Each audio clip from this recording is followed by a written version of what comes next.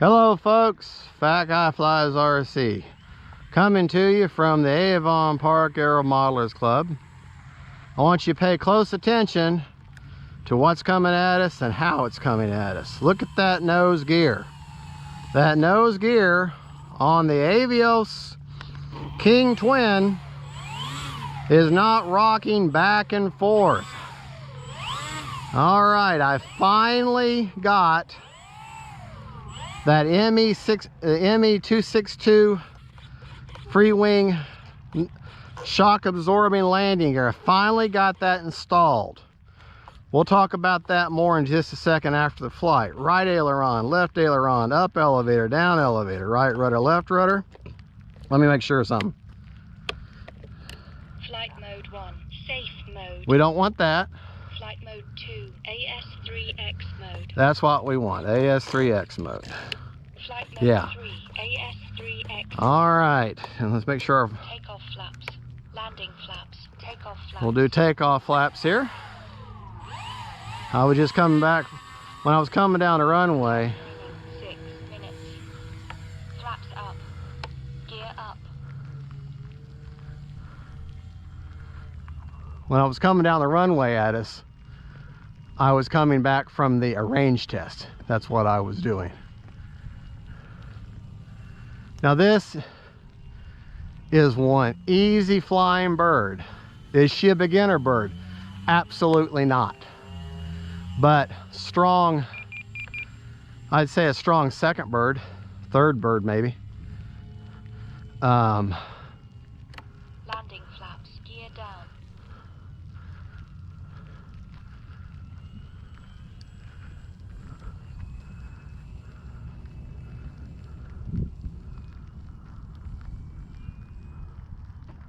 All right, got to remember how you land this thing.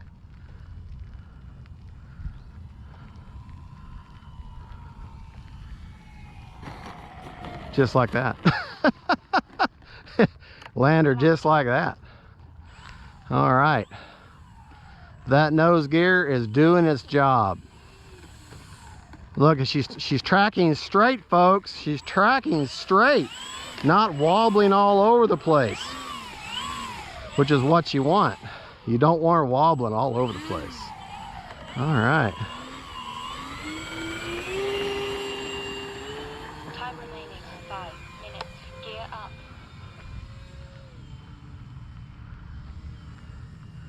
Now she will get up off the ground, off the deck in a hurry.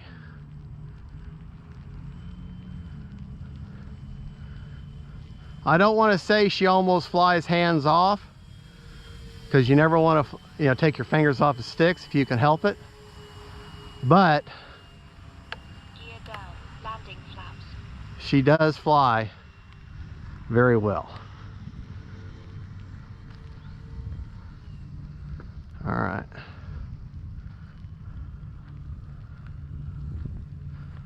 Okay. Whoa! My nose gear didn't come down. Well, there's an example of how to belly land. I didn't notice that my nose gear wasn't down. Did not notice that. Gear up. Okay, and now. Flaps up. Wow. Props look okay. I was so busy talking, I didn't pay attention.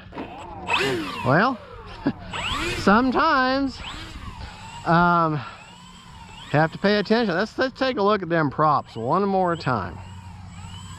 The next time I'll do a pass first, just to make sure the gear is down.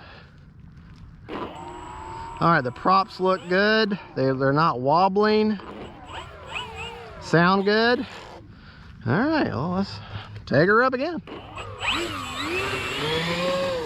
Fairly tough bird. Gear up.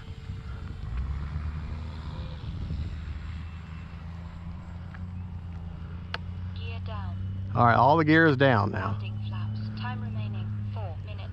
Yeah, all the gear is down.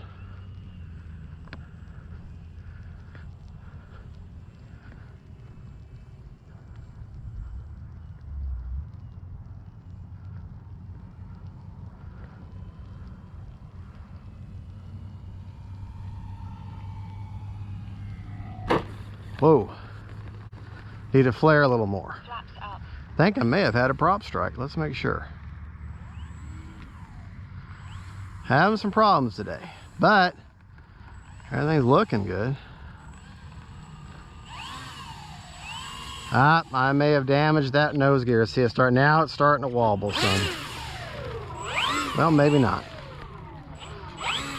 But little voice in my head is saying, don't take her up again. Try her. All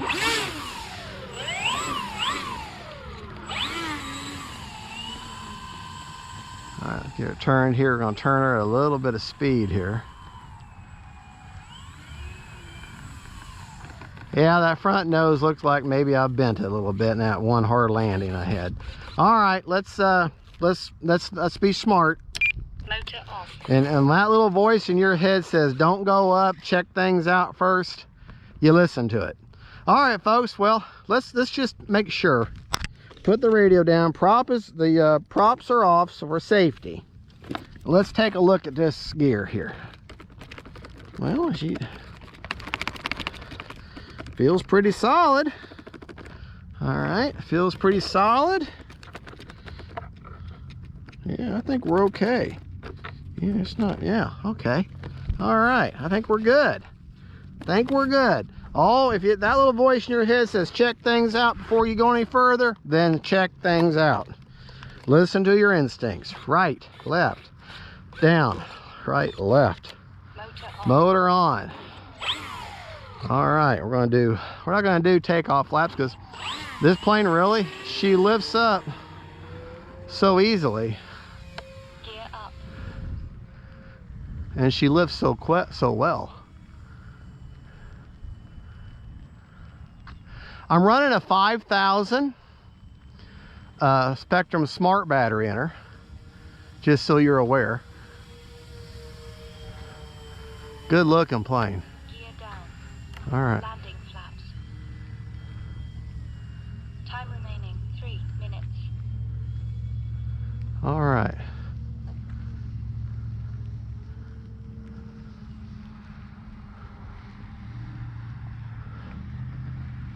Let's see now if I can get this beautiful bird to land. She come in too hot. Flaps up. Coming in too hot.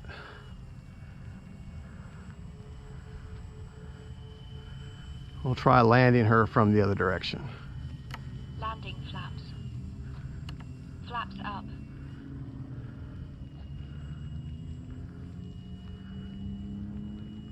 Takeoff flaps. Landing flaps.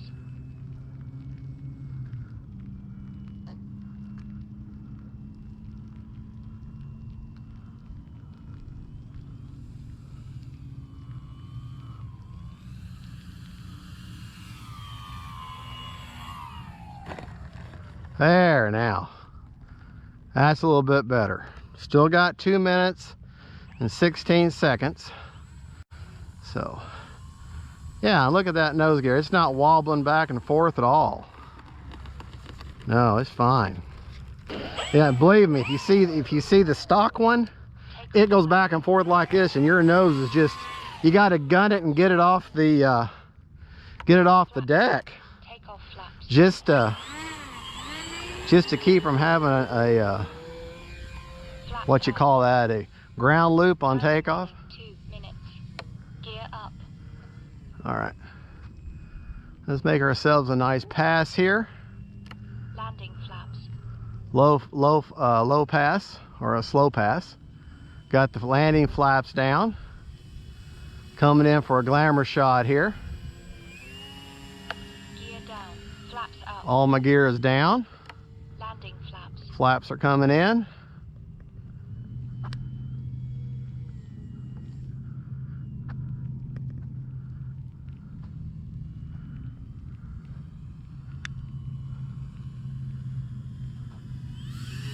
Coming in too hot. Too hot.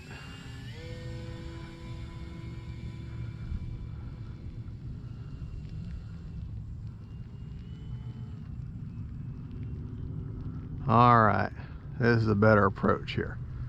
little bit of a headwind I'm going into.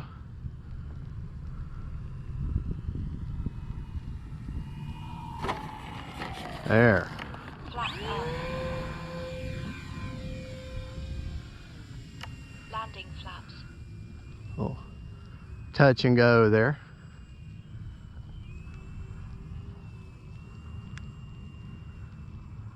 Time remaining 1 minute.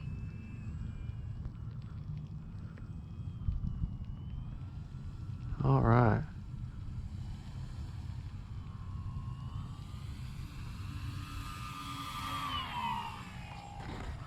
All right, all right. There we go. All right, we're going to call that quits for the night. Do have some lightning off in the distance, but I'm very pleased with my change out on the Motor gear. off. All right, let's go back to the bench. Number one, I flew for a full 5 minutes and 15 seconds. Because, oh wait, no, 5 minutes and 30 seconds because I had a 6.5 minute timer.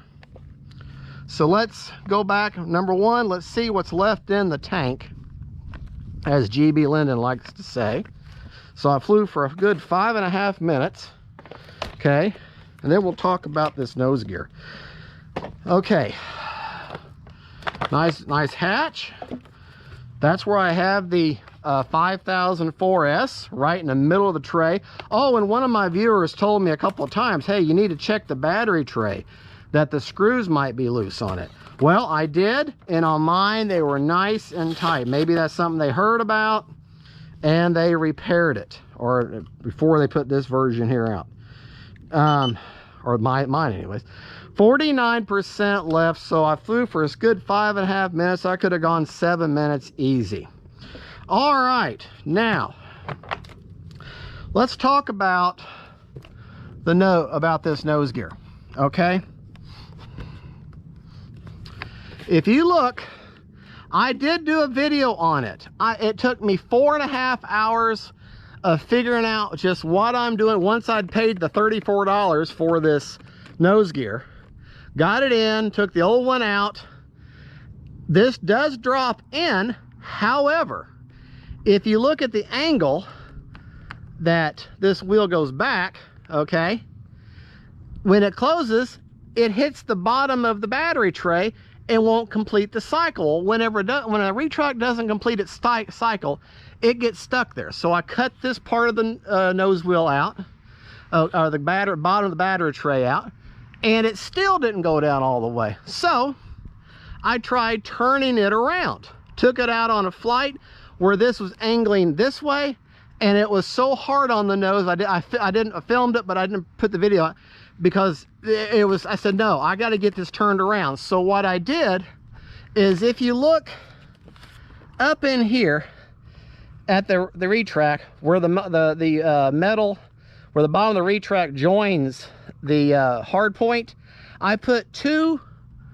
prop adapter rings of equal size, and then what that did was that raised the angle on that retract. So therefore, the angle that this retract goes down, you know, is geometrically better, and it just barely rests on that battery tray now, so I can use it the way it's supposed to.